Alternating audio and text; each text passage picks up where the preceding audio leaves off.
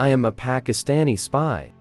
I completed my training and reached at India-Pakistan border to get into enemy's zone. The real story of Pakistani spy. Let's move towards story. The senior hugged us. He was in tears. His last words were something like this: "Wish you God's help and best of luck." Regarding my own situation, I can only say that the tension of doing this across the border and the importance of the mission were the same. The idea of home and family was completely out of mind. We were given one 30-bore revolver and 100 bullets in a waterproof packet, which we kept in our bags. Ropes were also given to tie the bags on the head while crossing the canal. At 10 o'clock, we got the order to go towards the border, and we all went towards the border along with our guides saying Khuda Hafiz. About 100 kilometers of water was filled with reeds and mud. We covered about 80 miles by running and the rest by crawling. Our bodies were covered with dirt and scratches from mud and reeds. We had no idea when we entered India as there was no sign of the border. We were just moving forward. The guide said the canal has arrived. We went down into the canal one by one. The bullets were firing from both sides. We crossed the canal by swimming in a standing position. The bank on the Indian side was very high and 90 degrees above the water. It was difficult to climb it. There was also a trail on this bank which was patrolled by the Border Security Force of India. We had to cross this trail as soon as possible and run towards the fields. According to the precautions, we had to walk a few steps on the trail so that even if someone saw the signs near us, they would think that some people had gone from India to Pakistan. Crossing the trail in reverse, we ran towards the fields. We ran faster and faster on the farm temples. Camps were built in the fields. We were trying to stay as far away from these tents as possible, so we had to cross a field several times, sometimes to the right and sometimes to the left, because of the pet dogs in the tents. By the way, after resting for 10 minutes at one place, we continued our journey and came to a canal about half a kilometer before Hanumangarh station. We jumped into town. We bathed well and removed the pollution from our bodies, got rid of underwear and vest, and took 5 civilian clothes. The guides used to get tickets for us, but I stopped them and said that you keep the money and reach back to the village in the dark where you were being waited for. In the meantime, I had loaded my revolver. They both left at that time. I sent one of my companions after them to see if they were really going back or had hidden somewhere. Anything is possible with smugglers. I also asked my partner to load the revolver so that if they try to move around, shoot them immediately. After about a minute, my companion came back and said that they were running on the same route. In the meantime, we heard the whistle of a train and we took the way to the station. It was a vehicle going to Bathinda. It was a very small station, just dimly lit. 4 of us went to the other side of the station a little distance away, and the 5th went to the station to get tickets. The car is probably 1 or 2, and the other is riding. Our minute stopped there. Our companion took the ticket and pointed to us from the other side of the train, and we boarded the train from the other side. Our companion was standing by the door. He passed through the door one by one. The companions had tickets, and we 4 sat in the same box as strangers. Ganga Nagar came after about 5 hours. It was a very big station. We got down one by one, had breakfast of puris and tea from the stall, and 2 separately sat in boxes. Now, destination was Bathinda Junction, from where we had to catch a vehicle for Delhi. Outside further ahead, Bathinda is a major junction of Western India. When the car reached Bathinda, we came out of the station one by one. Now, we were far away from the border, and the tension of crossing the border was also reduced. The city is small. We bought cigarettes and shaving equipment etc. from the market.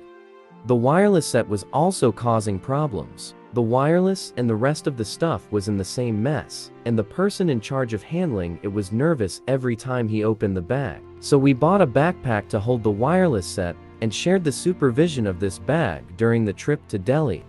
We ate at a hotel in the city and then returned to the station. In the waiting room we shaved. bathe, and fix the situation of ourselves. I decided to come on the advice of colleagues. In the waiting, we decided that instead of a single press or Punjab mail, we would travel up to Delhi by fast passenger, stopping at various stations on the way as far as possible to stay updated to situation. The fast passenger used to leave for Delhi at 3 p.m. We took second-class tickets. From Bathinda station, we saw a military train which was definitely going towards the border. Our car arrived at the platform, and we chose a compartment and sat together in it.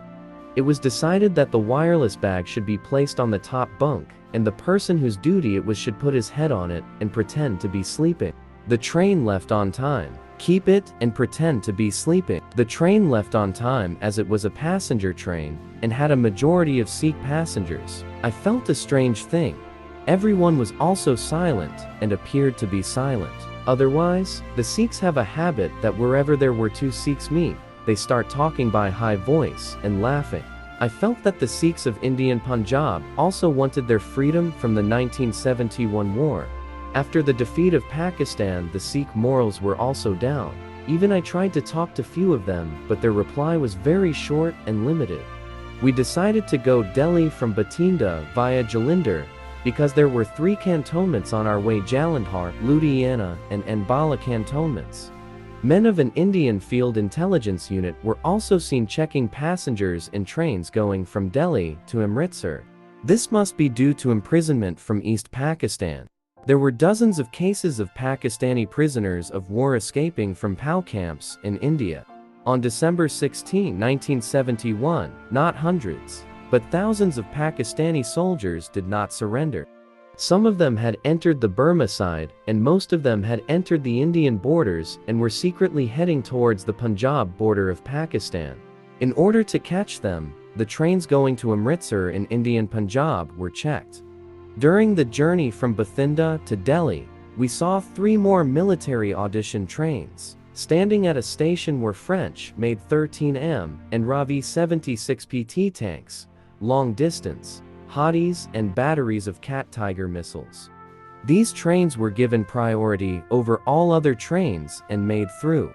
The departure of these trains towards the Pakistani border clearly indicated the Indian intention to increase military pressure on West Pakistan and to withdraw troops from the former East Pakistan and concentrate them on the border of West Pakistan. Russian-made PT-76 tanks are amphibious tanks. After the ceasefire, Indian intentions were clearly shown by bringing these specific tanks to the Pakistani border. Indian soldiers were on board a train. We saw 4 military trains in half a day. I kept these trains and their cargo well in mind to mention them in my first report. At around 9:30 p.m., the train stopped at Sharad Road Station. Delhi also has Shadara Station on the west side of Yamuna, just like Shadara Station in Lahore. We left the train at this station and took 2 taxis to Delhi. As per the scheduled program, we stayed in 2 modest hotels at Gantagar Chowk near Vegetable Market Station. Since ID cards are not in use in India, there was no problem in getting room in these lips. There, we all introduced ourselves as the modest businessmen and told that we have come to buy from small towns in the surrounding area. Our border crossing tension was also significantly reduced. I allowed my colleagues to roam around Delhi in groups of 2. In 2 of the hotels we found other ways to have an exit besides the entrance. Our stay was on the first floors, and 1 floor, it was not difficult for us to jump. The next day my 4 friends went out for a walk. I instructed them to bring at least 4 pairs of ready-made shoes. They purchased and other necessary goods which they bought till evening. The problem I faced was that I could not get ready-made clothes for me because of my height. I checked almost all the shops in Connaught Palace as well. Only 1 safari suit could fit my size perfectly. So, I bought 4 suits, 1 dinner suit and shirt fabric, and ordered Argent sewing from the same shop. Hard to find boots in my size. According to the program found in Pakistan, I used to stay in high-class hotels and also go to various clubs, especially the Gymnasium and Services Club. So according to the environment there, I had to buy clothes. We spent 2 days walking around Delhi, and seeing different residential areas of New Delhi and Old Delhi. My colleagues were to stay in Old Delhi and I in New Delhi. We looked at the place where person coming from Pakistan to meet and exchange parcel and the different ways to leave this place.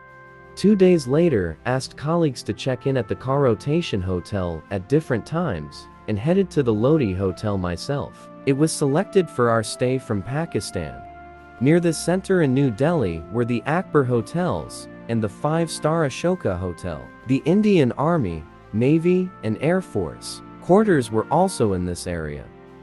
All of us also passed in front of the Pakistani embassy at different times. The Pakistani embassy was a very good example of Islamic architecture, which we were completely missing in those days. People then beat and broke most of the glasses, etc. The embassy was closed, and only one police soldier was standing guard. We were now waiting for our contact, who was to meet me on the 10th day of our departure, and the mail was still there with no further instructions. See you. In the meantime, we had to do our homework. I sent 2 of my colleagues to Jhansi. The first station from Jhansi is Babina. Between these 2 stations was a tank division of India's 1st Armored Corps and No. 10 Armored Brigade. It was up to my colleagues to look for a decent hotel in Jhansi and find out if a taxi or a ride could be found to reach the Corps' headquarters. The old fort of Jhansi was also used by the army. If any useful information can be found regarding this, get it done. I sent my other 2 colleagues to Agra to get whatever information I could about the military cantonment there. For myself, there was no way to enter the army, naval, and air headquarters. It was kind of our homework that we completed before the contact came. Apart from this, he also had to see the whereabouts of his sympathetic friends, so as not to have to look for these possibilities in time of need. Therefore, after staying in Delhi for 2 days, we started our work. I asked my colleagues to come back within 4 days. On the 4th day, at the appointed time, we were taken to Connaught Circus. I had to meet at a restaurant at the appointed time. I started spending most of my evenings in Ashoka Hotel. As soon as the evening gets dark, domestic and foreign people start coming there. Because of the heat, fully air-conditioned lips were not tingled, and I had to find people of my own means among them.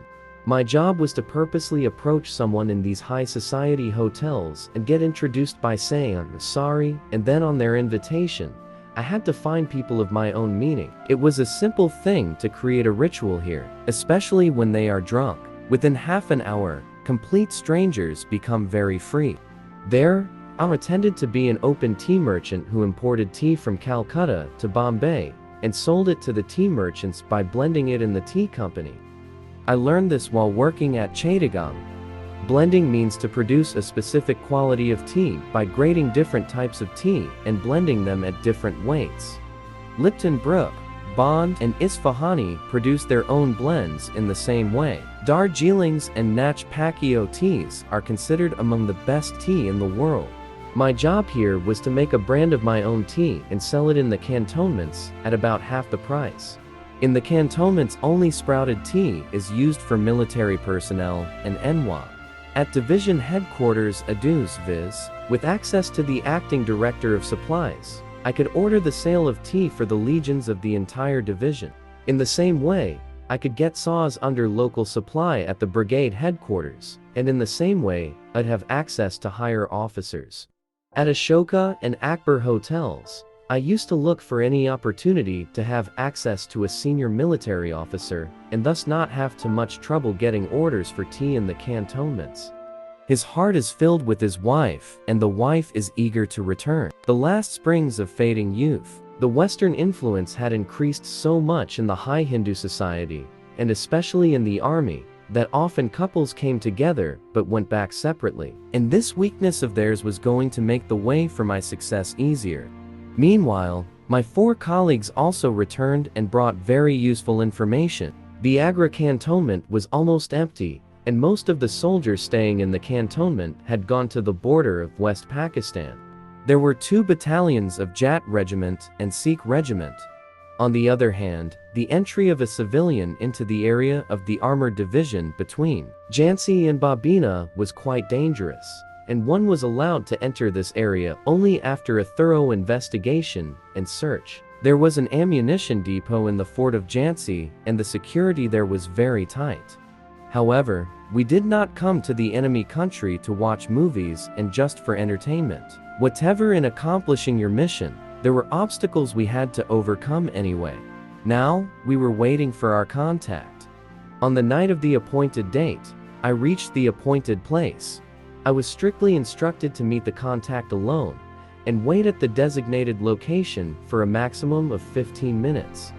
If there is no contact, I will immediately disappear from there, and exactly 1 week later at this place, and at this time, then wait for 15 minutes.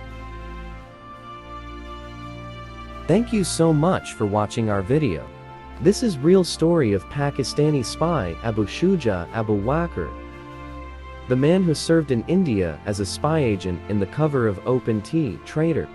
If you have no subscribed, then subscribe our channel now and press the bell icon so you never miss any update of this story. If you liked the video, please give it a like, comment below to let us know your opinion. We will meet you again with another episode. Till then, have a good care of yourself.